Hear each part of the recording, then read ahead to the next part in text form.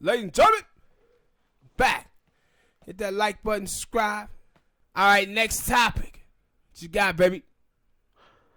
I came across this thing on the internet webs. I don't know how much of it's true or not. If y'all remember, peoples in YouTube land, it was a couple months ago.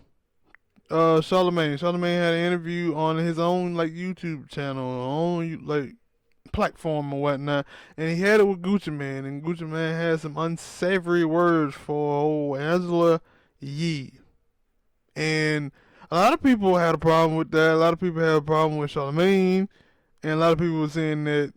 I guess behind the scenes of how Breakfast Club said that Angela Yee didn't like that or whatnot, but they never really, for me anyway, I never seen them all together address it. I seen them kind of say some stuff about it, but it never was like, yo, I didn't agree with that Charlamagne from Angela Yee or anything like that. So I think it was yesterday. Yeah, well, yesterday I came across his website and they were like, yeah, that Charlamagne may be leaving the Breakfast Club because his contract is up, I think, in December, and he really thinking about going somewhere else. And he has a bunch of other options to go, and then they were like, yeah, one of the other reasons here, because him and Angela Yee had a falling out. And I was like, really? Then why didn't, like, I said, damn, they know they up there faking it then, huh? Yeah, but I never thought that they really liked each other anyway. And I had remember, and that reason why I thought like everything might have been possibly cool, maybe, because I remember him saying something about like they were like somebody had said something about Charlamagne. They were like, yeah, Charlamagne. I think it was on Joe Budden them podcast, and one of the dudes was like, yo, it was Charlamagne thing. He the star of the Breakfast Club and stuff. And he was like, well, I am. I'm kind of am. He is star. And I was like, yeah, he is he is kind of the lead because guy. Angela Yee really don't say much when she on that show. Yeah, and DJ Envy, he don't really do too much. He have every now and then he'll have something. But I was like, yo, Charlamagne, when you hear people talk about the Breakfast Club, they talk about Charlamagne. Yeah. And they were like, so, and for him, like, and that's why I said, it like, I understand it if he was looking at it saying, yo, it's more out there for me to go have right now because of the way I have kind of built myself up from this. So I get that, but I was like, if it was like, yo, because him and Angela Yee had a falling out, and it was like, then what took y'all so long for you to, I get because he was just shit, like, I'll sit through this for this contract, and then I'm out. And I wonder who's gonna pick him up. Like, yeah, cause they said they got a bunch of people out there. Like, I mean, he got a bunch of options out there, and I'm like, yeah, but it give people a little backdrop on the interview with Gucci. And what happened is that Gucci Mane had said that he had slept with Angela Yee. Now Angela Yee tried to sleep with him one time, and she was like, nah, she didn't. So it was Gucci supposed to been going up there to do another interview, and Gucci said that Angela Yee blocked him. And so Angela Yee and DJ Envy had an interview where they was talking about Gucci, and she was like, nah, I didn't block him. But then she brought up Yo Gotti up there on the radio station, and they got to talking about Yo Gotti sleeping with one of Gucci girls or some shit like that. And Gucci, his wife. Gucci was mad as hell that they brought Yo Gotti on to talk like that, and he felt like DJ Envy was talking slick or whatever. So he was like, I'm going to slap the hell out of DJ Envy when I see him. And, you know, he called Angela Yee a bitch or whatever.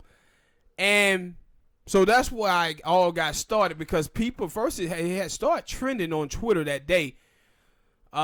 People were saying, why didn't Charlamagne take up for Angela Yee and all of this shit? And I was like, yo, I don't really think they as close as people think they are. Because I had seen many times Charlamagne was talking about when they went out of town and him and Yee was getting into arguments. It was videos of them getting in arguments when he had took them down to his home state, South Carolina, and they had some problems then behind the scenes, and they were showing it on video. So I never thought that him and Angela Yee were like that cool in the first place. For him to be like trying to and see, the thing is, Charlamagne looking at this situation and like, listen here, man, Gucci is a shooter, man. Gucci is a shooter. I don't think Charlamagne want to step to Gucci at all, bro. That's what it boiled down to. He was like, listen here, bro. Whatever problem he got with Angela Lee and DJ Envy, that they goddamn business. I went up there. I ain't finna talk myself in a bad situation with Gucci at all. I don't think he wanted none of that smoke with Gucci Mane.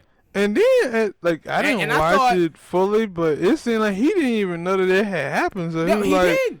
What happened? Because in the interview, Gucci was like, hey, where Envy at? And he was like, Envy? He was like, yeah, how come Envy ass ain't here? I'm going to slap the hell out of him. And Charlamagne had that look on his face like, what the hell going on? And then Gucci told him what was going on. And I thought parts of the interview that he did try to de-escalate the situation. He was saying like, hey, man, I think you, E, and Envy all need to get together and talk. And Gucci just wasn't having it. He was just like, nah, when I see Envy, I'm slapping the hell out of him. So I was like, yo, what the hell y'all want from that dude, bruh? And that response just made me think about, because I watched the episode yesterday of Martin when Martin played Sinead and he tried to get, and they about the basketball tickets. Yeah. And he was like, yo, y'all want these tickets. Pam gonna have to go over there and sing Old MacDonald. And then she did it, and then Gina hopped in, hold on, it's my fault. I should. And she was like, I'm getting tired of you with all this. Sweet stop fighting. No. Come on here, stop it. Yeah. But I guess you know what a good ad whooping feel like, don't you? Yeah. I'm like, that was Charlamagne was like, I ain't stepping in that. I'm not getting that with Gucci. I didn't know they got snuck from behind. So yeah, he was like, yo, look here, Gucci got a body. They're trying to talk this out. Charlamagne, like, Gucci got a body, and I ain't finna be number 2 or number 3. But yeah, and you know, Charlamagne also, he in that political atmosphere now, and I don't know how the hell he got there. No, but he be on MSNBC, CNN, everybody from New York Times, Washington Post, all of them covering him in the Breakfast Club, doing these interviews with the presidential candidates. So Charlamagne may do have some option in even higher place than he is now. I don't know how the hell he got there with that. Like that some of that shit he be talking about politically is just foolish, especially on reparations. Talking about, yeah, we want an apology. No. Now he kind of got a little right on that. I told you, like, that one of those things where you gotta, like, I always say you gotta watch him closely because you have to see him learn, and then I always say you gotta watch the people that he's around. Some of the people that he's around don't always talk smart. They ain't always smart, and some of the stuff they say is stupid. And so you kind of gotta, I agree to disagree sometimes. Like, I agree with stuff he says, and then sometimes I'm like, nigga, you stupid. And then he'll double back the next week or so and be like, yeah, he went and read someone. Yeah. Inform himself, and then he come back. And that's the thing with him and Ebro, by the way. I think that the ADOS people on Twitter, they be eating their ass alive on Twitter when they say stupid shit politically. And I think they do be paying attention to him. But I also think both of them, Charlamagne and Ebro, both, old Talib Kweli had got to both of them early on last year when they were talking that foolishness. He was out there trying to get everybody to crush ADOS. Possibly, and that was what it was, Nelsa, the girl Nelsa, who, we ain't gonna mention that, but she was like, yo, she thought that Charlamagne and Ebro would be good friends because they so much alike, and I was like, yeah, when I watched their show, both of them content, I was like, yeah, they have some of the same similar stuff, but I was like, yeah, but see, the problem is that Ebro, he thinks Charlamagne a coon.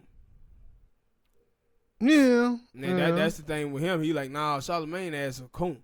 But then you watch Ebro sometime and you like, it was that, and you be pulling some of this style into.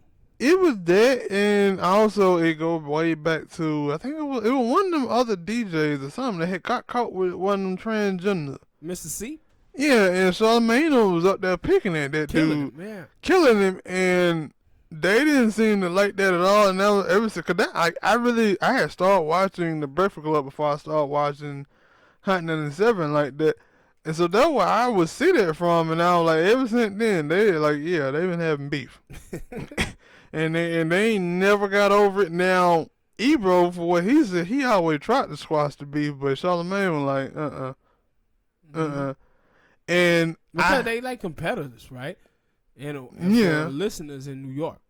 And yeah, I think Charlamagne them were blowing Ebro them out over at Hot 97. at least that's what they say, but there's a lot of people who self-proclaim themselves as the hottest thing, and it's like, Nah, I really believe Charlamagne. Like Charlamagne them are way more known across the country than Ebro them is now. probably so. But that's why I say, like when somebody say they like I don't have the news, I don't have the rating things, I don't know, because I've heard them say that Hot 97 say the same thing, so I'm like, but that's why I have said that, ever since that time until now, I'm like, I have seen Charlamagne on a come up because he had 2 shows on MTV, Yeah. and he was on another show, Guy Code, and I was like, he went from he still try to be that funny man. That was when you watch him on interviews. That was like, I don't know what type of forum he would be in next, because he always gonna try to be that funny man. It ain't no he gonna try to be serious straight up, because he can't. He can't. He gonna always say something homoerotic of him talking about looking at somebody other butt or something crazy. Now he ain't cheating on his old lady like he used to, but he still, huh? that we know of. I don't do that, man. That we know of. And it would come out, and if it come out, don't be surprised that he with a big booty gay escort from Miami.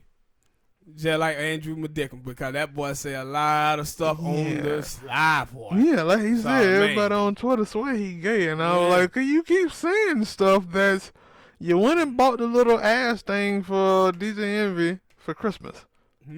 With the balls and everything. Like, hey, you what you think? But that was my thing. I was like, if he does leave, like, one, I want to know who they're going to replace him with for the Breakfast Club. And and that's my thing, I guess, because like he had 2 shows on. I guess because he put out a book, and I'm supposed to think he put out another book.